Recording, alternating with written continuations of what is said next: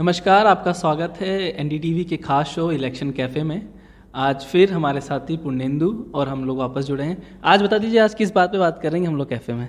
अश्विन, आज हम लोग आज का जो हमारा मुद्दा है वो है कि मध्य प्रदेश के चुनाव में महिला वोटर्स की क्या भूमिका है, किस तरह से जो सारी पार्टियां महिला वोटर्स को अपने पाले में लाने के लिए प्रयास कर रही हैं। इन तमाम मुद्दों पर आज हमारी चर्चा होगी। तो कैफ़े में आज आपके साथ कॉफ़ी है कि ख़त्म हो गई आपकी कॉफ़ी? नहीं, कॉफ़ी अभी आधी बची हुई है और कॉफ़ी अभी गर्म भी है, तो चर्चा भी अच्छे मुद्दे पे है और कॉफ़ी भी अच्छी है। तो गरम गरम कॉफ़ी के साथ गरम गरम मुद्दे पर चर्चा होगा। इस बार चर्चा हम महिलाओं को लेकर इसलिए भी कर रहे हैं क्योंकि महिला का मुद्दा एक बड़ा मुद्दा है, जिसपे अब जब वोटिंग करने जाते हैं कोई भी पार्टियाँ या पार्टियाँ प्रचार करती हैं तो महिलाओं को ध्यान में केंद्र में रख के ये अब सारी योजनाएं बन रही हैं। उसी तरीके से चुनाव का प्रचार भी हो रहा है। एमपी में, मध्य प्रदेश में अगर हम बात करें खासकर महिलाओं की, तो जो मुख्यमंत्री हैं उन्होंने महिलाओं के लिए बहुत सारी योजनाएं लॉन्च की हैं और वो इसलिए मामा भी हैं क्योंकि उनको महिलाएं अपना भाई मानती हैं, तो वो बहुत प्रचलन वर्ड है। आइए समझते हैं कि आखिर में जो महिलाएं हैं वो कितना डिसाइडिंग फैक्टर हैं इस चुनाव के लिए, और साथ ही किसके पक्ष में जाएंगी महिलाएं तो कौन सी पार्टी जीतेगी, ये भी जानने की, थोड़ा सा समझने की ये भी कोशिश करेंगे। देखिए अश्विन, मध्य प्रदेश में अगर आप देखें महिलाओं का टर्नआउट के लिहाज से पहले समझने की कोशिश करेंगे कि इलेक्टोरल डेमोक्रेसी में वीमेंस पार्टिसिपेशन है वो किस तरह से इम्प्रूव हुआ है। उसका एक सबसे बड़ा उदाहरण आप मध्य प्रदेश को देख सकते हैं। 1962 का अगर हम टर्नआउट देखें, पोलिंग परसेंट, तो मेल फीमेल में लगभग 30% का गैप था। 29% कुल जितनी महिलाएं थी उसमें से सिर्फ 29% महिलाओं ने वोट किया था। 1962 में की बात कर रहा हूँ। वहीं पे कुल पुरुषों में से 60% पुरुषों ने वोट किया था, तो महिलाओं से जस्ट डबल पुरुषों ने वोट किया था। इसका मतलब है कि महिलाओं की भूमिका थोड़ी कम थी। लेकिन जब आप वही देखते हैं 2001 बीच का हम एक और आंकड़ा ले रहे हैं, 2003 की बात करते हैं। 2003 में 62% महिलाओं ने मतदान किया और 71% पुरुषों ने मतदान किया। वही आंकड़ा बढ़कर आते आते 2018 में 74% महिलाओं ने मतदान किया और 76% पुरुषों ने। तो पहले 1962 में जो जेंडर गैप था मेल फीमेल का वो 31% था, जो घट के 2003 में 9% हुआ और 2018 में लगभग बराबर पे आ गए। 2% का महज गैप है। तो ये दिखाता है कि किस तरह से महिलाओं की भूमिका बढ़ी है मध्य प्रदेश की राजनीति में। क्या इसलिए भी बोलते हैं कि मतलब बोला जाता ना पहले कि वोट महिला किसको करेंगे ये उसके पति को पता होता था। तो अगर 62 का आप देखें, 29 और 60 का, इसका मतलब ये है कि पुरुष डोमिनेटिंग था सोसाइटी उस समय, और अब एक तरीके से कहते हैं कि बराबरी का जो हक है वो वोटिंग परसेंटेज में भी दिख रहा है। देखिए, अब जो समाज जिस तरह से प्रोग्रेसिव होकर आगे बढ़ रहा है, महिलाओं को जिस तरह से हम आगे समाज की मुख्य धारा में आई हैं, आगे बढ़ करके हर चीज़ में वो अपना परचम लहरा रही हैं, तो उसका असर सिर्फ दूसरी फील्ड में नहीं, राजनीति में भी देखने को मिल रहा है। ना सिर्फ आप वोटिंग टर्नआउट में देखेंगे, बल्कि महिलाएं आगे बढ़ करके विधायक बन रही हैं और मंत्री बन रही हैं और नेतृत्वकारी भूमिका भी निभा रही हैं। जैसे इन्होंने बताया कि पहले 29% का करीब डिफरेंस था 1962 में, अभी 18 की बात करें तो 2% का डिफरेंस था। अब बात करते हैं कि महिलाएं जीतती कितना है। मतलब ठीक है, जीतने का रेशियो अलग हो सकता है, लेकिन अगर टिकट ही ना दे पार्टी तो जीतेगी कैसे? तो 18 की बात करें तो 18 में लगभग कितनी महिलाएं जीती थी? देखिए, 2018 के विधानसभा चुनाव में 21 महिलाएं विधायक निर्वाचित हुई। अगर आप जैसे टिकट की बात करें तो अगर टिकट ही नहीं मिलेगा तो जीतेंगे कैसे? तो टिकट के मामले में 2018 में बीजेपी ने 28 टिकट दिए थे जिसमें 11 महिलाएं जीती। कांग्रेस ने 24 टिकट दिए थे जिसमें 9 महिलाओं की जीत हुई। एक महिला विधायक बीएसपी के उस पे टिकट पर निर्वाचित हुई थी। और इस बार में वही आंकड़ा बढ़ के, इस बार अगर टिकट डिस्ट्रीब्यूशन का मतलब 23 की बात करें तो बीजेपी ने 28 दिया है, मतलब लगभग 12%, और कांग्रेस ने 30 दिया है, मतलब 13%। देखिए, अभी अगर याद हो सबको, जनता को ही पता है कि अभी हाल ही में महिला रिजर्वेशन का एक बड़ा कार्ड खेला गया है, मुद्दा है, ठीक है। उसमें कहा गया कि महिलाओं को रिजर्वेशन मिलेगा, हालांकि वो भी मुद्दे का है कि कब मिलेगा। वो बताया जा रहा है कि भाई अभी 5 साल लगेगा। लेकिन सबसे बड़ा सवाल ये था कि जो अभी का मौजूदा ही सिस्टम है, अगर उसमें ही उतना परसेंट उनको टिकट दिया जाए तो शायद वो ज़्यादा अच्छा कर पाए। जी, एक्चुअली अश्विन, इसमें एक प्रॉब्लम है कि पार्टियां रिजर्वेशन की बात इसलिए करती हैं कि जब रिजर्वेशन हो जाएगा तो उनकी मजबूरी होगी टिकट देना, क्योंकि सारी पार्टियां एक एक सीट को लेकर लड़ाई लड़ रही हैं, तो वो विनिंग कैंडिडेट के आधार पे वो देती हैं। जब तक कि फीमेल उनको लोकल कैंडिडेट उस कद का नहीं मिलेगा, पार्टियां मुझे नहीं लगता कि इतना बड़ा दिल दिखा पाएंगी। अच्छा, एक बात और बताइए, अभी कांग्रेस पार्टी ने जब ओबीसी का मुद्दा है उस पर उन्होंने कहा कि जितना जिसका नेतृत्व है, जितना जनसंख्या उतना उसको भैया नेतृत्व में मौका मिलना चाहिए। उस हिसाब से उन्होंने ओबीसी को ज़्यादा टिकट दिया, डिस्ट्रीब्यूशन में भी दिख रहा है। महिलाएं हैं तो लगभग 50% पे हैं, लेकिन 13% डिस्ट्रीब्यूशन क्यों है? अश्विन, ये वही बात है जो पिछला सवाल ये सवाल दोनों थोड़ा जुड़ा हुआ है कि इसीलिए पार्टियां रिजर्वेशन की बात कर रही हैं। क्योंकि अगर एक पार्टी ने, जैसे आपने देखा कि कांग्रेस ने 40% टिकट उत्तर प्रदेश में दिए थे महिलाओं को, लेकिन वहाँ उनके पास खोने के लिए कुछ नहीं था। लेकिन जहाँ मध्य प्रदेश में वो लगभग 20 साल में, पिछले 20 साल में 15 महीने छोड़ दें तो बीजेपी का शासन है, वो इतने दिन से इंतज़ार कर रहे हैं, तो वो जाहिर सी बात है कि विन एबिलिटी को देख करके टिकट देंगे। अगर कहीं पे ऐसा नहीं कि लगभग आप देखिए 2013 के आंकड़े की बात करें तो 30 महिलाएं विधायक चुनी गई थी, तो एक बड़ा परसेंटेज होता है जिसमें कि बीजेपी ने 28 टिकट दिए थे 2013 में, जैसे 22 महिलाएं चुन करके आई।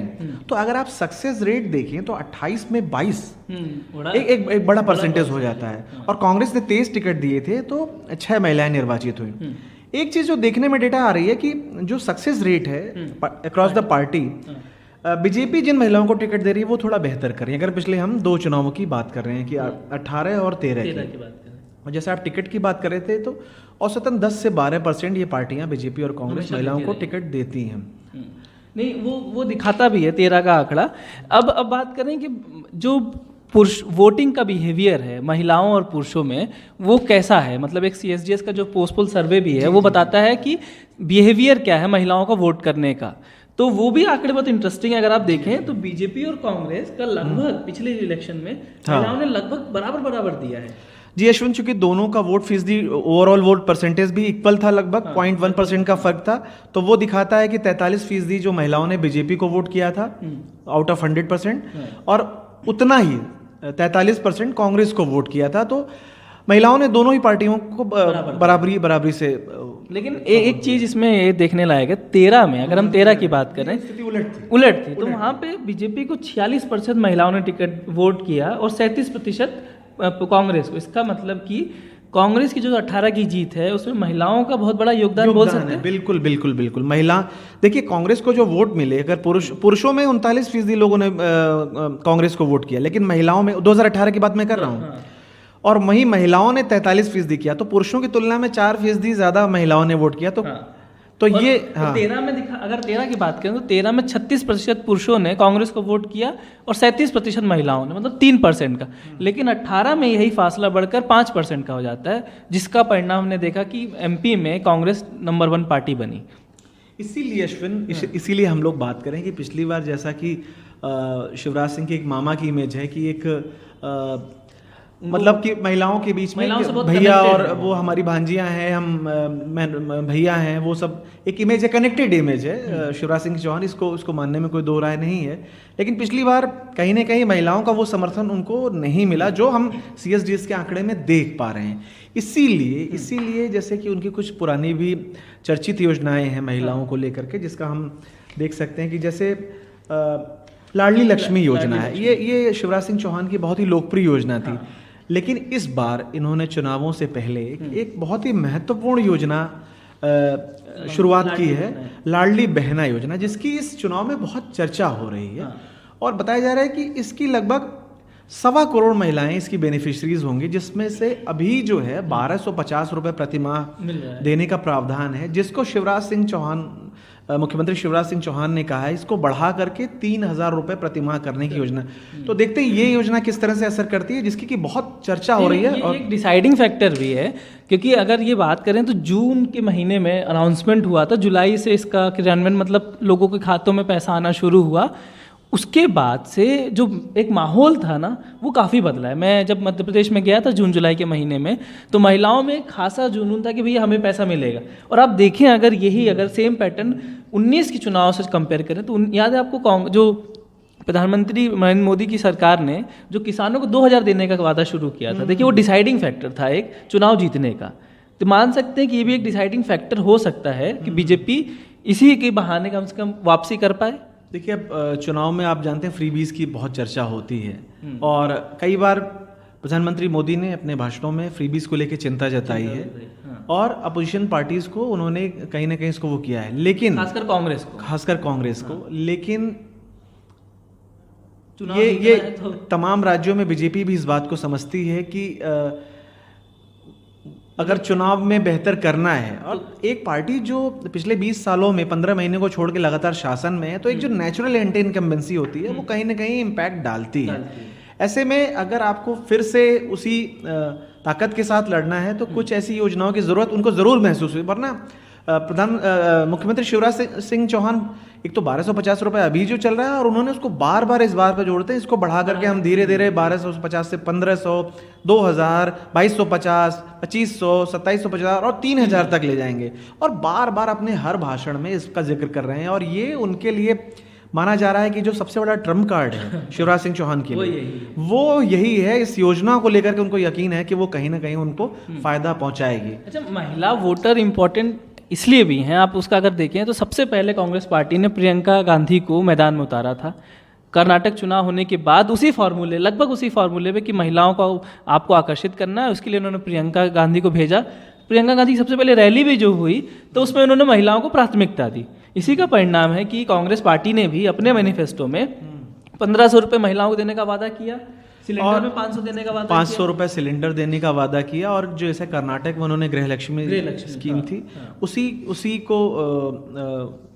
को कॉपी करते उसी तरीके की को करके उन्होंने 1500 महिलाओं को देंगे। इसके अलावा 500 रुपये इन्होंने गैस सिलेंडर की घोषणा पहले की, जिसके जवाब में सीएम शिवराज ने कहा कि हम 450 रुपये में सिलेंडर देंगे। तो अभी तो देखिए, अब एक फ्रीबीज का झगड़ा है कि कौन ज़्यादा देगा कौन। तो ये, और कहीं ना कहीं देखिए चुनाव में इन वादों का एक इम्पैक्ट भी पड़ता है, उसको हम नकार नहीं सकते, क्योंकि जब महिला बराबरी में आ चुकी हैं, अगर आप इलेक्टोरेट की बात कर लें, अगर महिला और पुरुष का, तो पुरुष हैं करीब 2,88,00,000 और महिला हैं 2,72,00,000, मतलब मुश्किल से 8 लाख का या 10 लाख का, मतलब करीब 15 से 20 लाख का डिफरेंस है।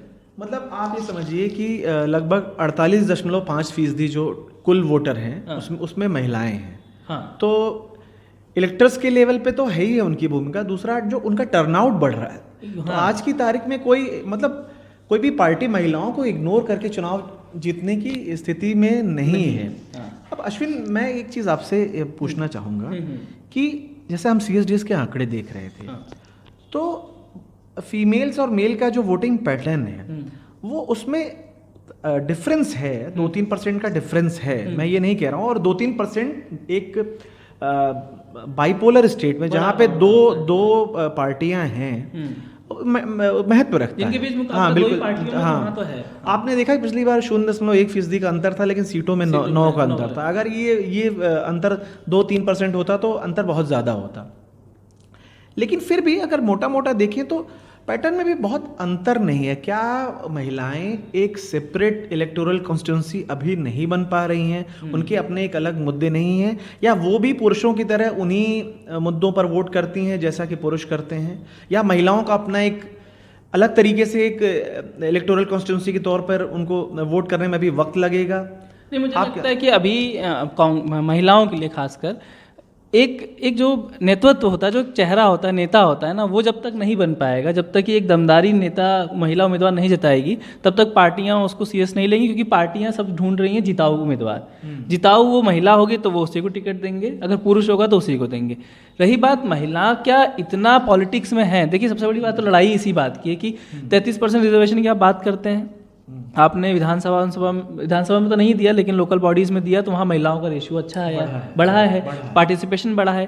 तो अगर आप स्टेट लेवल पे या मतलब अगर राज्य चुनाव में या लोकसभा चुनाव में अगर आप उनको रिजर्वेशन देंगे, तो कहीं ना कहीं आने वाले दिनों में एक बदलाव दिखेगा कि आपके जो महिलाओं का जो वोटिंग, मतलब महिलाओं का जो पॉलिटिक्स में करियर है ना, वो ग्रोथ बहुत दिखेगी कंपेयर टू मेल। क्योंकि उसका परिणाम आप ये देखिए ना, महिलाओं का वोटिंग परसेंटेज बताता है कि वो बढ़ती हैं, तो पुरुष गिर रहा है, बिहेवियर भी, वोटिंग बिहेवियर भी बता रहा है।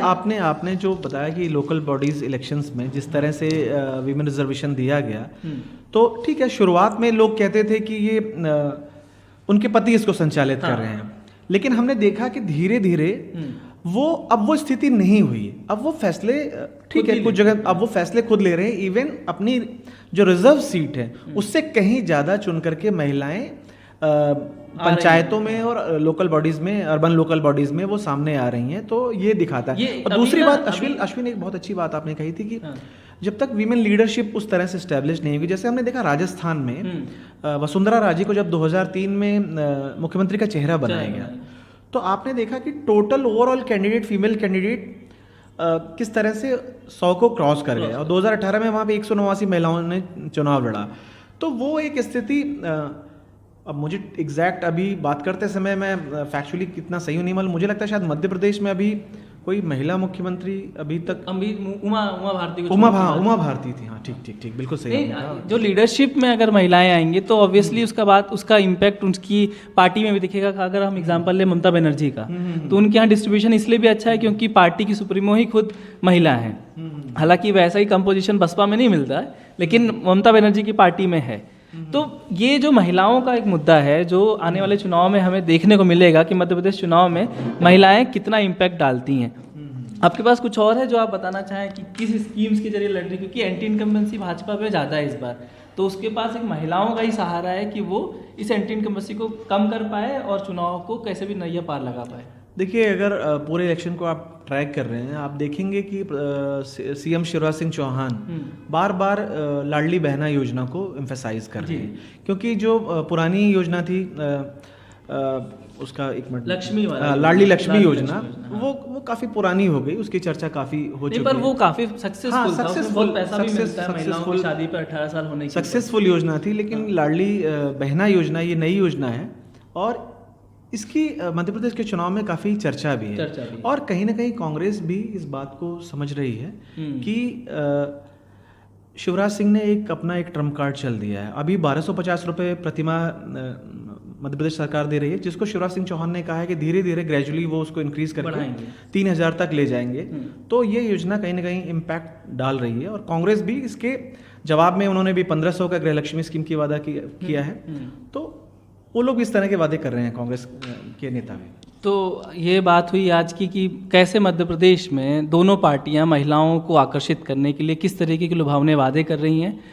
अब देखना ये है कि आने वाले चुनाव में जब वोटिंग होगी 17 तारीख को, तो महिलाएं किसको वोट देती हैं, और 3 तारीख को परिणाम भी पता चल जाएगा। तो आज की बात यहीं पे, कल मिलेंगे किसी और विषय के साथ, किसी और राज्य पे बात करने के लिए। तब तक के लिए धन्यवाद।